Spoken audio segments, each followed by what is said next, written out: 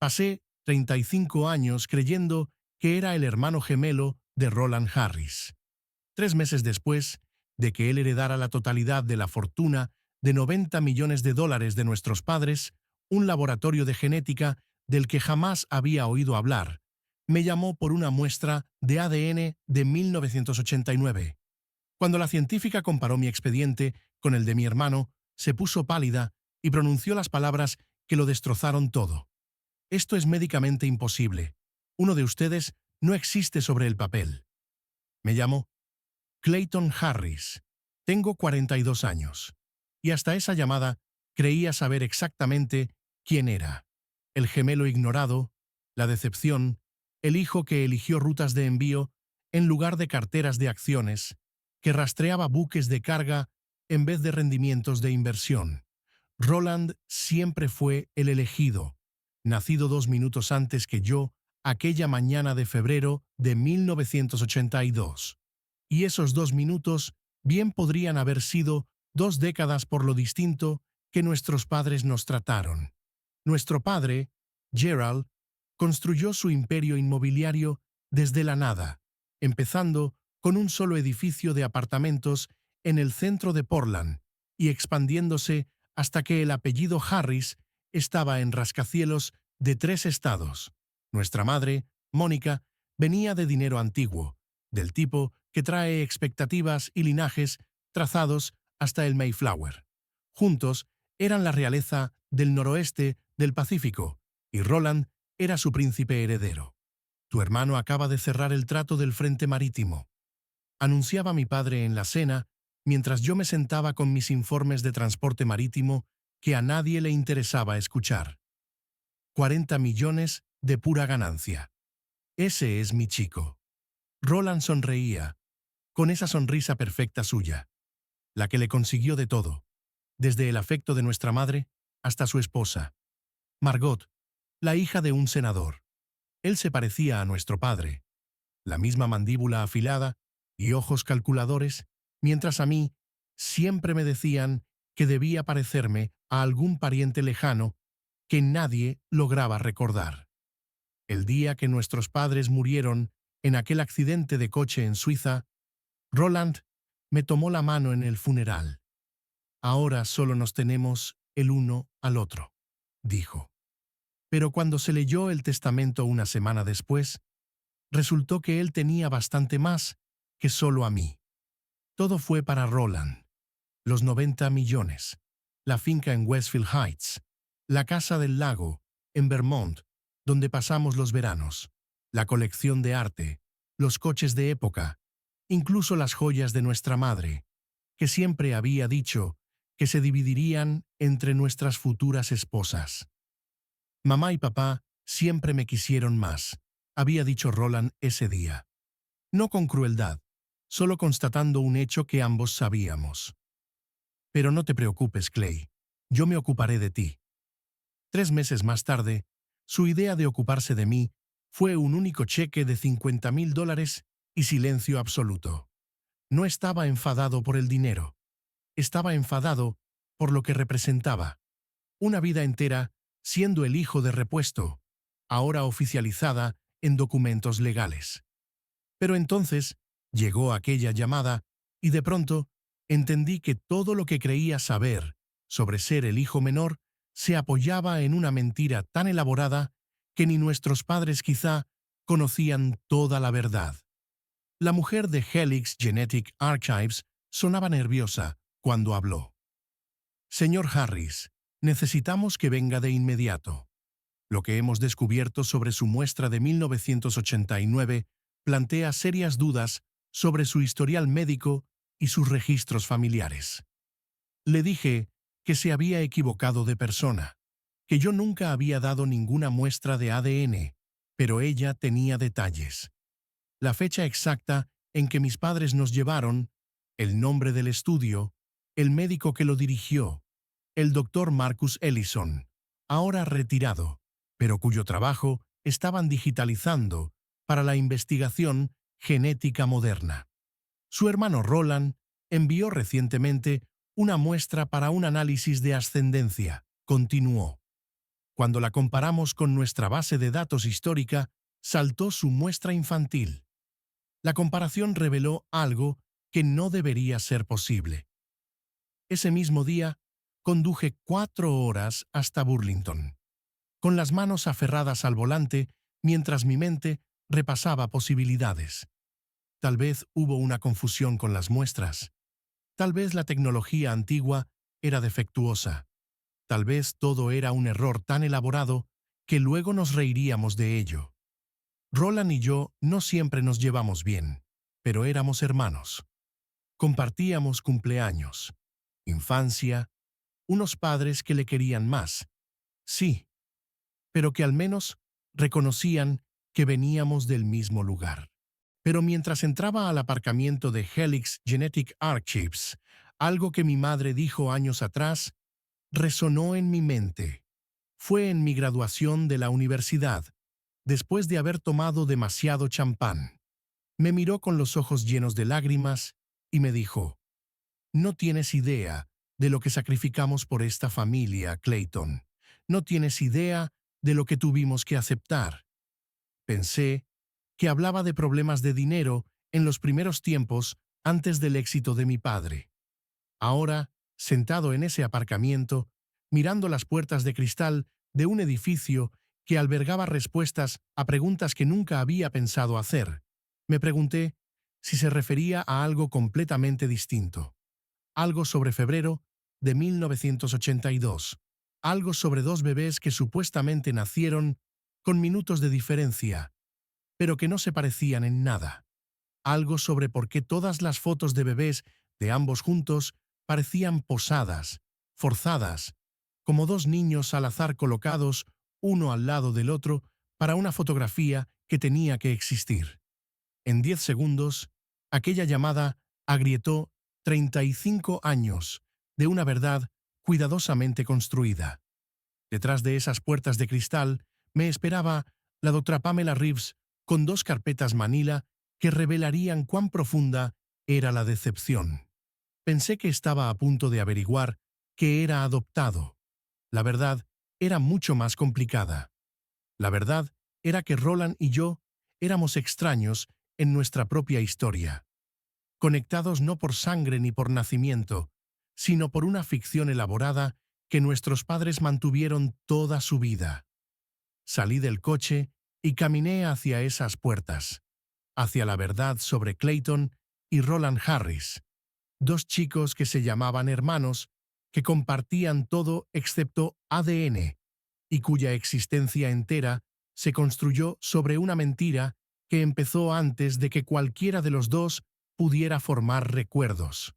Lo que ocurrió después destruiría el mundo de Roland y reconstruiría el mío. Pero en ese momento, atravesando esas puertas, lo único que quería era entender por qué mis padres me miraban como si fuera un fantasma al que estaban obligados a alimentar, vestir y fingir que amaban. El guardia de seguridad me registró la entrada. El ascensor me llevó al 3er piso, y la doctora Pamela Reeves me esperaba con respuestas que demostrarían que hay secretos familiares tan profundos que ni la muerte puede mantenerlos enterrados. El funeral quedaba 3 meses atrás, cuando por fin empecé a ordenar lo que quedaba, que no era mucho.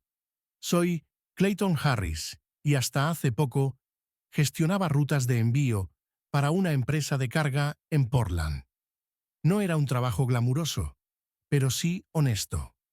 Rastreaba buques de carga a través del Pacífico, calculaba costes de combustible, negociaba tasas portuarias. Mi oficina daba al Terminal 6, donde enormes contenedores se apilaban como bloques contra el gris cielo de Oregón. Mi hermano gemelo, Roland, y yo nacimos con 2 minutos de diferencia en una nevada mañana de febrero de 1982. Él llegó primero, algo que nuestra madre, Mónica, nunca me dejaba olvidar. Roland siempre fue el más fuerte, decía en cada cena familiar, su mano perfectamente manicurada descansando sobre su hombro mientras yo pasaba las patatas. 8 libras 2 onzas. Tú apenas 6 libras, Clayton. Los médicos temían que no lo lograras. Nuestro padre, Gerald, asentía, cortando su filete con la precisión que aplicaba a cada operación inmobiliaria. Ese chico tiene el instinto Harris, les decía a sus amigos del golf cuando Roland cerraba otro proyecto. Sabía exactamente qué propiedad triplicaría su valor. Está en la sangre. La dinámica familiar estaba grabada en piedra para cuando pudimos caminar. Roland consiguió el dormitorio grande con vistas al Monte Hood. A mí me tocó el que daba al garaje. Los trofeos de béisbol de Roland adornaban la repisa. Mis libros de marinería se quedaban en mi cuarto, donde nadie tenía que verlos. Cuando cumplimos 16, a Roland le regalaron un BMW. A mí, el viejo Honda de papá, con una charla sobre ganarme lo mío. No estaba exactamente resentido. No puedes estar resentido con que el sol salga por el este. Simplemente es así. Roland fue a Stanford y luego a Harvard Business School. Yo fui a Portland State y estudié logística. Roland se casó con Margot Piton, cuyo padre era senador y cuya familia poseía la mitad de Nob Hill. Yo salí con algunas mujeres que acabaron cansándose de ir detrás de mi trabajo, de vivir a la sombra de la fortuna de la familia Harris que yo nunca heredaría. Mi pequeño apartamento daba al puerto, mientras la mansión de Roland se extendía por 10 acres en Westfield Heights. Tenía una bodega de vinos, una cancha de tenis, una casa de piscina más grande que todo mi apartamento. Pero he aquí lo curioso de Roland. Nunca me lo restregó. Me invitaba a cenar. Me presentaba como su hermano sin aclaraciones. Nunca mencionaba que le pedí dinero prestado cuando se me averió el coche, o que pagó mi endodoncia cuando no podía permitírmela. Somos familia, decía, sirviéndome un escocés caro en copas de cristal que nuestro abuelo había importado de Escocia. Eso es lo que importa. Nuestros padres murieron un martes. Estaban en Suiza celebrando su 45 aniversario. Papá por fin se había jubilado, traspasando del todo la empresa a Roland. La policía dijo que la carretera estaba helada, que probablemente papá no vio la curva. Murieron al instante, juntos, como a mamá le hubiera gustado. Siempre decía que no podía imaginar la vida sin Gerald, pese a todo. En el funeral acudieron cientos de personas, socios, concejales, 3 exgobernadores. Todos tenían historias sobre Gerald Harris, el hombre que construyó el skyline de Portland.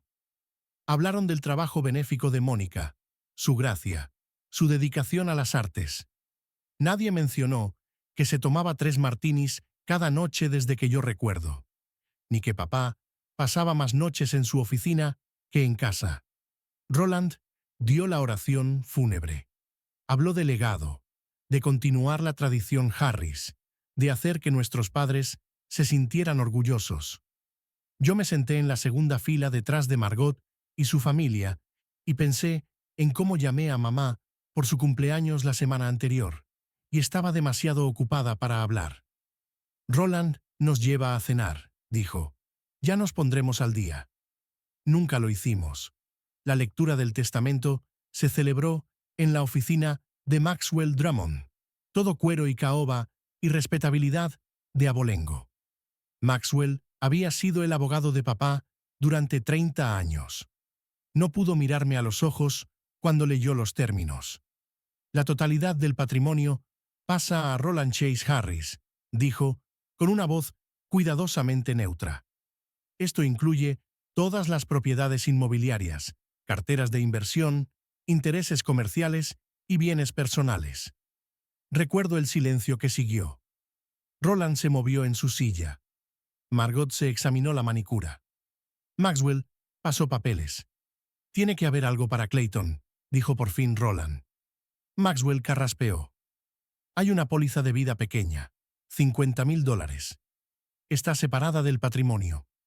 $50,000 de una fortuna de 90 millones. Era casi tan insultante que daba risa. Roland me apretó el hombro al salir de la oficina. No te preocupes, Clay. Yo me ocuparé de ti. Mamá y papá siempre me quisieron más, pero sigues siendo mi hermano. Lo dijo con tanta naturalidad como quien habla del clima. Y tenía razón. Le habían querido más. Pero sentado esa noche en mi apartamento, mirando las luces del puerto reflejadas en el agua, me pregunté por primera vez por qué. ¿Qué hacía que un gemelo valiera todo y el otro $50,000? ¿Qué marca invisible cargaba desde el nacimiento que me hacía menos? No obtendría mi respuesta hasta 3 meses después, cuando una llamada de un laboratorio de genética reveló que el mismo planteamiento de la pregunta se construía sobre una mentira. Pasaron 3 meses. El ocuparme de ti, de Roland, fue un cheque de $50,000 y un mensaje de texto que decía: esto debería ayudar con las cosas, menos de lo que papá gastaba en un fin de semana alquilando un yate. No estaba enfadado por el dinero en sí.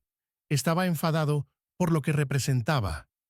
35 años siendo el olvidado, ahora oficializado en documentos legales. Volví a trabajar en Cascade Freight Lines, rastreando contenedores de Shanghái a Seattle. Mi supervisor, Glenn, me preguntó si necesitaba más tiempo. Debe ser duro perder a ambos padres así, dijo.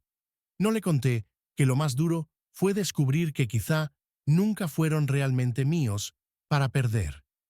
Era una mañana de jueves, cuando todo cambió. Revisaba documentos de manifiesto cuando sonó mi teléfono. Número desconocido. Código de Vermont. ¿El señor Clayton Harris? La voz de la mujer era nerviosa. Clínica. Soy la doctora Pamela Reeves, de Helix Genetic Archives. Tenemos su muestra de ADN de 1989. Creo que se equivoca, dije, dejando mi café. Nunca di ninguna muestra de ADN. Sus padres la presentaron cuando usted tenía 7 años, como parte de un estudio genético infantil sobre enfermedades hereditarias. Hemos estado digitalizando muestras antiguas, y la suya acaba de coincidir con alguien en nuestra base de datos actual. Hizo una pausa. ¿Podría venir a nuestro centro? Esto es inusual. ¿Inusual cómo? Prefiero hablarlo en persona. También concierne a su hermano Roland. Él envió recientemente una muestra para análisis de ascendencia. Algo frío se me instaló en el estómago. ¿Se trata de un problema de salud? ¿Algo genético? No exactamente. Señor Harris, ¿qué tan pronto puede estar aquí? Le dije a Glenn que tenía una emergencia familiar y conduje 4 horas hasta Burlington. El edificio de Helix era todo vidrio y acero, intentando parecer vanguardista, pero de algún modo solo parecía frío. La doctora Reeves me recibió en el vestíbulo. Era una mujer menuda, con ojos preocupados tras unas gafas gruesas. De esas personas que parecen haber hecho de las malas noticias su especialidad. Me llevó a una sala de conferencias estéril, donde había 2 carpetas manila sobre la mesa. Las etiquetas decían C. Harris, 1989, y R. Harris, 2024. Señor Harris, en 1989, sus padres inscribieron tanto a usted como a su hermano en nuestro estudio genético. Hemos mantenido esas muestras en almacenamiento en frío. El mes pasado, alguien envió una muestra de ADN para análisis de ascendencia. Su hermano, Roland. Tiene sentido, dije.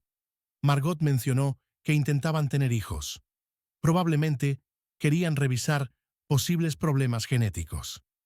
La doctora Reeves sacó una silla y me indicó que me sentara. Eso fue lo que detonó esta reunión. Cuando comparamos su muestra moderna con nuestra base de datos, coincidió con las de 1989, pero los resultados encendieron alarmas inmediatas. Abrió ambas carpetas, desplegando gráficos llenos de números y marcadores genéticos. Señor Harris, según estos resultados, usted y Roland comparten 0 superposición genética. 0. La sala pareció inclinarse. Eso es imposible. Somos gemelos. Nacimos el mismo día, en el mismo hospital. Nuestros certificados de nacimiento. He comprobado los registros del hospital 3 veces, dijo, extrayendo más documentos. Pero los gemelos, incluso los fraternos, comparten alrededor del 50% de su ADN. Usted y Roland no comparten nada, no están emparentados en absoluto. Entonces, ambos somos adoptados. Negó con la cabeza lentamente. Es más complicado que eso. Su grupo sanguíneo es O negativo. Ambos padres eran AB positivo. Es genéticamente imposible que 2 AB positivo tengan un hijo O negativo. Miré los papeles, los números se emborronaban. ¿Y Roland? El grupo sanguíneo de Roland es consistente con ser hijo biológico de ellos, pero su ascendencia genética es errónea. Sus padres tenían ascendencia europea, irlandesa, alemana, algo de italiana. El ADN de Roland es predominantemente persa y libanés, así que ninguno de los dos es su hijo biológico. La doctora Reeves sacó otro documento, más antiguo, con aspecto oficial. Esto es del Portland General Hospital, 15 de febrero de 1982. Según este registro, Monica Harris dio a luz a un solo niño ese día. 1. No gemelos. Se me secó la boca. Entonces, ¿de dónde salí yo? Eso es lo verdaderamente desconcertante. Su ADN muestra ascendencia europea consistente con la línea familiar Harris. De hecho, coincide con varios marcadores genéticos que esperaríamos ver en un hijo biológico de Gerald Harris, pero Monica Harris no puede ser su madre biológica. Dejó que eso calara antes de continuar. Hay más. Encontramos irregularidades en la documentación. Su certificado de nacimiento se presentó 2 semanas después que el de Roland, pese a supuestamente haber nacido el mismo día. La firma del médico responsable es distinta. Los nombres de los testigos no coinciden. Alguien falsificó mi certificado de nacimiento. Alguien creó una identidad completamente falsa para usted, señor Harris. La pregunta es por qué y quién lo sabía. Me puse a pensar en cada foto familiar, cada cumpleaños en el que mamá decía «mis gemelos», con esa sonrisa tensa. Cada vez que papá presentaba a Roland como mi hijo y a mí como los chicos. Cada tarjeta de Navidad que decía «la familia Harris», como si fuéramos un bloque, no una mentira cuidadosamente construida. Roland supo que se quedaría con todo 3 meses antes de que murieran nuestros padres. Dije de repente. Lo mencionó una vez. Dijo que papá ya había arreglado todo. Si sabían que yo no era realmente su hijo, si sabían que todo era falso, entonces el testamento tiene sentido. La doctora Reeves se inclinó hacia adelante. Señor Harris, quien orquestó esto, llegó a extremos extraordinarios. No fue una simple adopción, ni una familia acogiendo a un pariente huérfano. Fue un fraude deliberado a gran escala, y empezó el mismo día en que usted supuestamente nació. Me senté en el coche fuera del laboratorio 1 hora, con las manos temblando. El motor estaba apagado, pero seguía aferrado al volante como si pudiera anclarme a algo real. Todo lo que sabía era una mentira, pero mentiras tan elaboradas requerían conspiradores. Alguien sabía la verdad y tenía una buena idea de quién. El informe de ADN estaba en el asiento del pasajero. 40 páginas de pruebas genéticas de que no pertenecía a mi propia vida.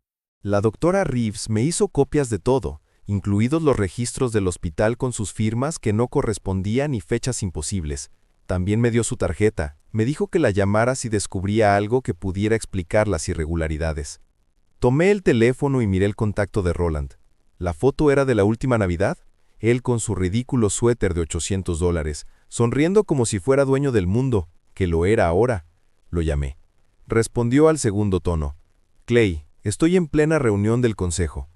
Tenemos que hablar en persona esta noche. ¿No puede esperar? Mañana tengo la presentación del desarrollo Riverside. Es sobre mamá y papá. Hice una pausa y añadí las palabras que sabía que llamarían su atención. y 1982. El silencio se halagó tanto que pensé que había colgado. Cuando por fin habló, su voz era distinta. Cuidada. Ven a la casa a las 8. Margot está en casa de su madre esta noche. Estaré aquí. Clay sonaba casi vulnerable. ¿Cuánto sabes? Colgué sin responder. Que sudara. Que se preguntara qué había descubierto mientras él se sentaba en su sala de juntas tomando decisiones sobre millones de dólares que deberían haberse dividido entre nosotros. Su despacho era madera oscura y cuero, diseñado para intimidar. La pared tras el escritorio lucía sus diplomas, sus premios empresariales, fotos con gobernadores y directores ejecutivos. Ya había servido 2 whiskies. Del bueno. El escocés de 50 años que papá había guardado para una ocasión especial. Pareció apropiado, dijo Roland, entregándome un vaso. Papá siempre decía que esto era para cuando la verdad necesitara ser contada. Así que lo sabes. Sabes que no somos hermanos. Se rió, pero sin humor. Lo sé desde hace 3 años. Me enteré cuando Margot y yo intentábamos concebir. Las pruebas de fertilidad revelaron algunos hechos interesantes sobre mi herencia genética. ¿3 años? Apreté el vaso. ¿Lo has sabido 3 años y nunca dijiste nada? ¿Qué se suponía que debía decir, Clay? Oye, por cierto, toda nuestra infancia fue una mentira. Mamá y papá no son quienes creíamos. Todo lo que pensábamos sobre nuestra familia es ficción. ¿Sí? Exactamente eso deberías haber dicho. Roland caminó hacia la ventana que daba a su piscina, su cancha de tenis, su vida perfecta. Contraté a un investigador privado, el mejor. Le llevó 8 meses reconstruir lo que pasó en 1982.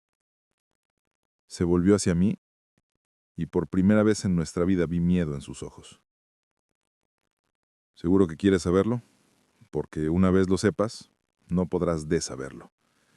Y Clay, la verdad es peor que todo lo que estés imaginando ahora mismo. Saqué el teléfono, lo puse sobre su escritorio con la app de grabación visible. Cuéntamelo todo. Roland miró el teléfono, luego a mí. Apuró el whisky de un trago y se fue hacia la caja fuerte. Si vamos a hacerlo, será con todas las pruebas, porque después de esta noche, o estaremos más unidos que nunca, o no volveremos a hablar. Su despacho era madera oscura y cuero, diseñado para intimidar. La pared tras el escritorio lucía sus diplomas, sus premios empresariales, fotos con gobernadores y directores ejecutivos. Ya había servido 2 whiskies. Del bueno. El escocés de 50 años que papá había guardado para una ocasión especial. Pareció apropiado, dijo Roland, entregándome un vaso. Papá siempre decía que esto era para cuando la verdad necesitara ser contada. Así que lo sabes. Sabes que no somos hermanos. Se rió, pero sin humor. Lo sé desde hace 3 años. Me enteré cuando Margot y yo intentábamos concebir. Las pruebas de fertilidad revelaron algunos hechos interesantes sobre mi herencia genética. ¿3 años? Apreté el vaso. Lo has sabido 3 años y nunca dijiste nada. ¿Qué se suponía que debía decir, Clay? Oye, por cierto, toda nuestra infancia fue una mentira. Mamá y papá no son quienes creíamos. Todo lo que pensábamos sobre nuestra familia es ficción. Sí, exactamente eso deberías haber dicho. Roland caminó hacia la ventana que daba a su piscina, su cancha de tenis, su vida perfecta. Contraté a un investigador privado, el mejor. Le llevó 8 meses reconstruir lo que pasó en 1982. Se volvió hacia mí y por primera vez en nuestra vida vi miedo en sus ojos. ¿Seguro que quieres saberlo? Porque una vez lo sepas no podrás desaberlo. Y Clay, la verdad es peor que todo lo que estés imaginando ahora mismo. Saqué el teléfono, lo puse sobre su escritorio con la app de grabación visible. Cuéntamelo todo. Roland miró el teléfono, luego a mí. Apuró el whisky de un trago y se fue hacia la caja fuerte. Si vamos a hacerlo, será con todas las pruebas.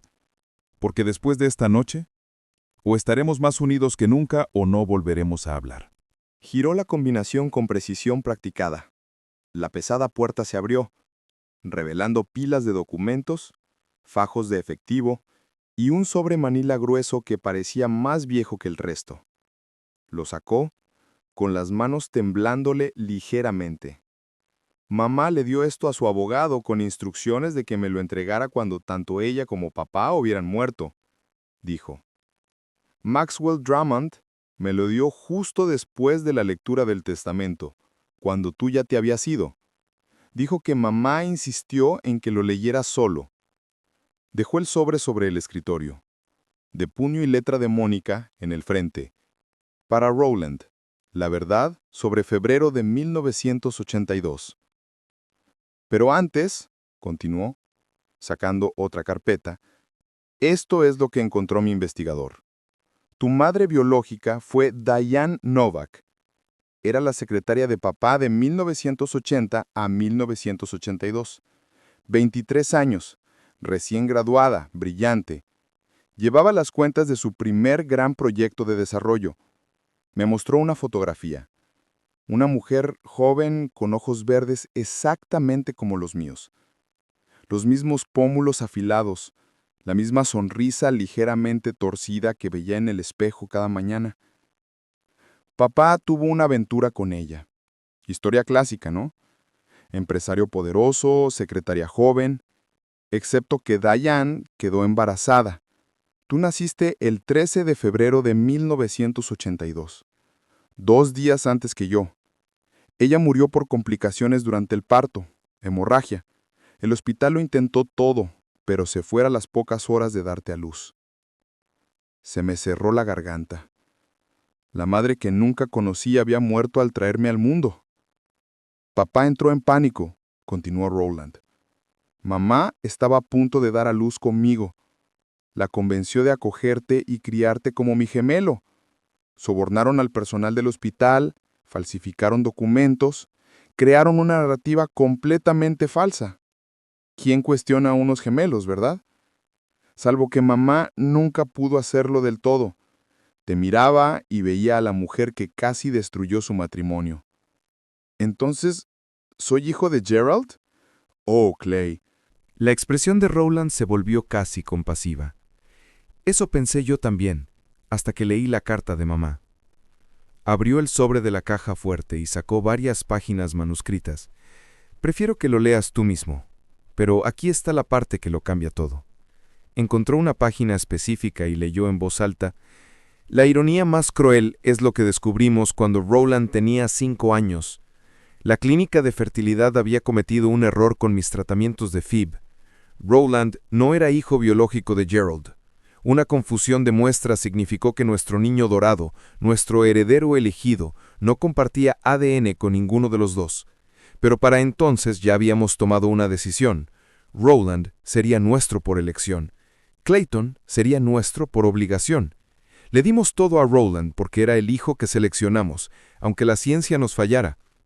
Clayton fue el hijo que Gerald me impuso, el recordatorio viviente de la traición. La habitación dio vueltas. Me aferré al borde del escritorio. ¿Rowland no es hijo biológico de papá? La risa de Rowland fue amarga. La clínica de fertilidad lo confirmó cuando investigué hace 3 años. Algún estudiante de medicina mezcló las muestras. Mi padre biológico era un estudiante de posgrado libanés que donó esperma para ganar dinero extra. Nunca le dijeron a nuestros padres su nombre. Pero eso significa que yo soy el único Harris de verdad, el único hijo biológico de Gerald, el verdadero heredero.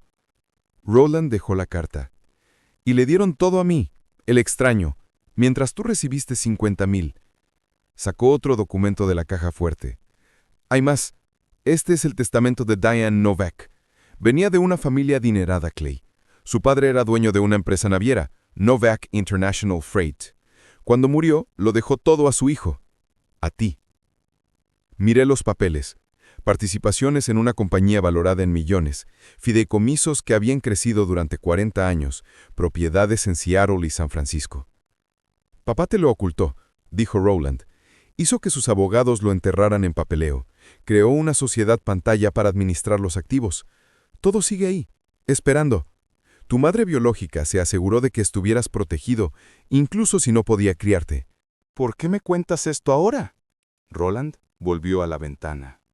Porque llevo 3 meses viviendo con la culpa. Heredé una fortuna que le pertenece a la única persona que de verdad tiene sangre Harris.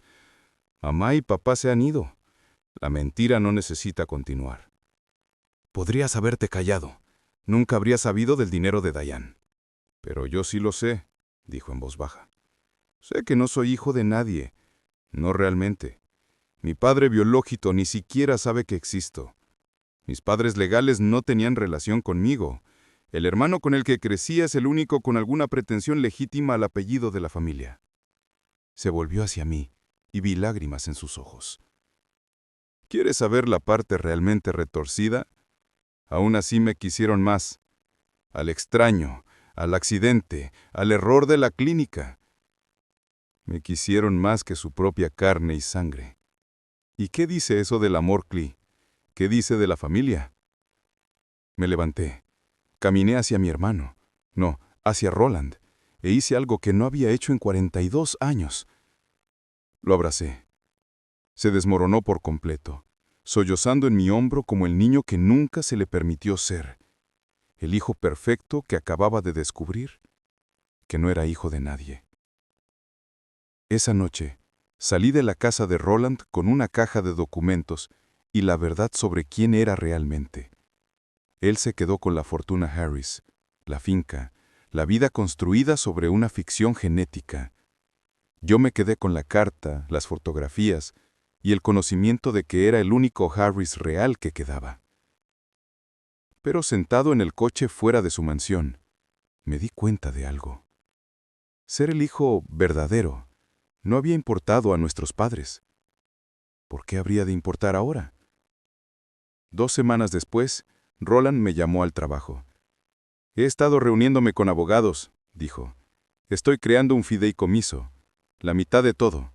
Llevará tiempo estructurarlo bien por impuestos, pero, Clay, tú eres el único Harris biológico. Debería ser tuyo. No lo quiero, Roland. Entonces, ¿qué quieres? Lo pensé. De verdad lo pensé. Quiero que seamos hermanos. Hermanos de verdad, no por el ADN o la herencia o las mentiras de nuestros padres, porque lo elegimos. Hubo silencio al otro lado. Luego un sonido que nunca había oído. Roland llorando. No las lágrimas controladas del funeral de nuestros padres, sino un llanto real, crudo. Clay, he estado tan aterrorizado de perderlo todo, que no me di cuenta de que ya había perdido lo único que importaba. A ti.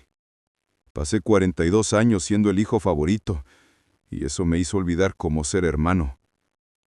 Ambos lo olvidamos, dije. O quizá nunca lo aprendimos.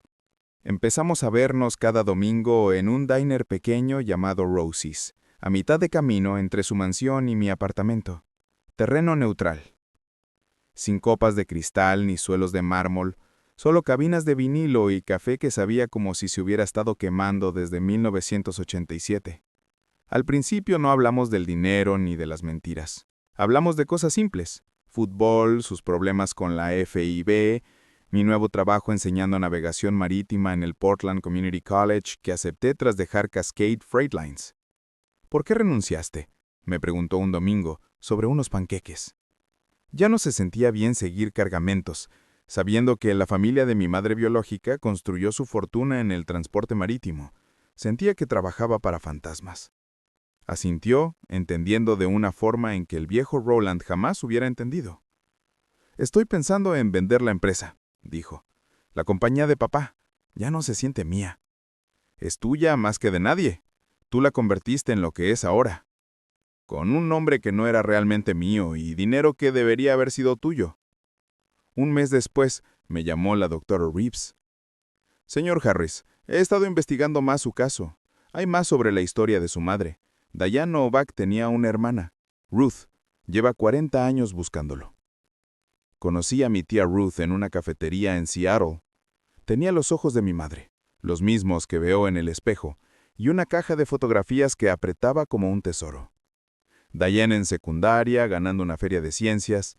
Diane en su graduación universitaria, oradora principal, valedictorian, en la Universidad de Washington. Diane el día antes de morir, con 9 meses de embarazo, escribiendo una carta al hijo que nunca conocería. «Ya te quería», dijo Ruth, deslizándome la carta. «Ya tenía planeada tu vida. No los detalles, solo deseos. Que fueras amable, que fueras honesto, que supieras que eras amado». Leí esa carta todas las noches durante una semana. Mi madre biológica había escrito sobre sus sueños para mí, sus esperanzas de que encontrara una familia que me quisiera. Nunca supo que esa familia me criaría como una obligación, un recordatorio viviente de una infidelidad. Pero tampoco supo que, de esa disfunción, Roland y yo por fin aprenderíamos lo que realmente significa ser hermanos. Con el tiempo, Roland y yo llegamos a un arreglo distinto. No la mitad de la herencia, sino algo mejor. Creamos la Fundación Diane Novak con dinero tanto del patrimonio Harris como de los activos ocultos de mi madre. Ayuda a niños que han perdido a sus padres, que han quedado atrapados en engaños de adultos, que necesitan saber que pertenecen a algún lugar.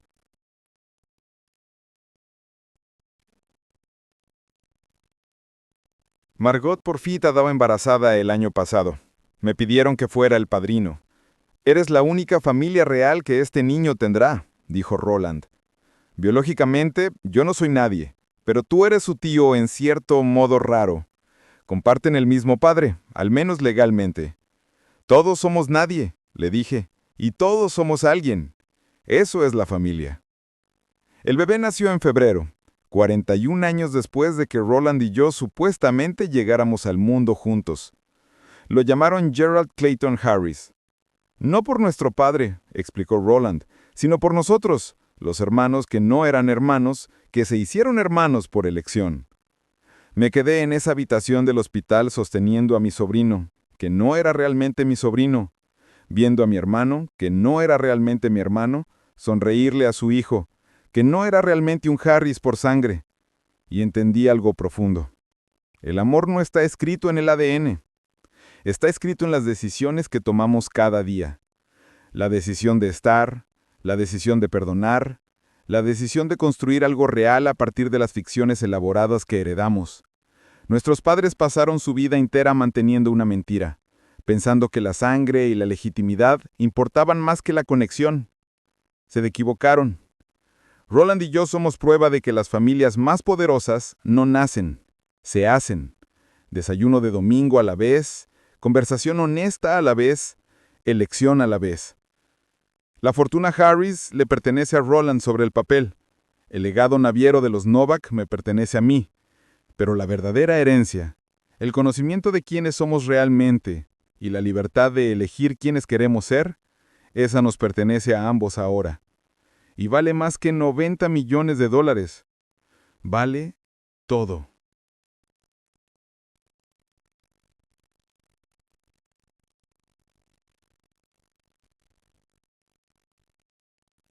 Si esta historia resonó contigo, si alguna vez descubriste que tu familia se construyó sobre secretos o mentiras, recuerda que tú eliges qué significan esas revelaciones. Tú decides quién es tu familia real. Si te gustó esta historia, por favor dale un pulgar arriba al video. Compártela con alguien que necesite oír que la familia no es solo la sangre, es una decisión. Y no olvides suscribirte al canal para más historias que exploran las verdades complejas detrás de la familia, la herencia y las mentiras que contamos para proteger a quienes amamos. Gracias por escuchar mi historia. Hasta la próxima. Recuerda que a veces las mejores familias son las que elegimos, no aquellas en las que nacemos.